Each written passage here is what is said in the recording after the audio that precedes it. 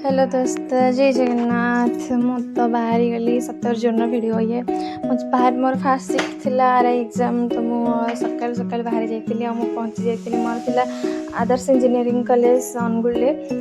तो पहुँची जाइली सकाल सकाल। देखा केमती कौन एग्जाम होची। पॉजिटिव बहुत नर्वस लगुच केमती कौन करी एत दिन प्रिपरेशन देखा। तो मेन है ना आक्यूरेसी आम केते टाइम भितर केते क्वेश्चन आम अटेंड कर परबा सेटा हम प्रैक्टिस ऊपर डिपेंड करे। तो मोर सरीगला एग्जाम एबे मु रिटर्न करूची। हाँ 89टा क्वेश्चन आंसर करिची। बाकी केतेटा भूल भी हे पारे, डाउट रेल करिची। देखिया कोन होची। तो नेक्स्ट डे थिला मो पुअर स्कूल थिला मॉर्निंग स्कूल डीएवी तो खोली गला 18 जून को।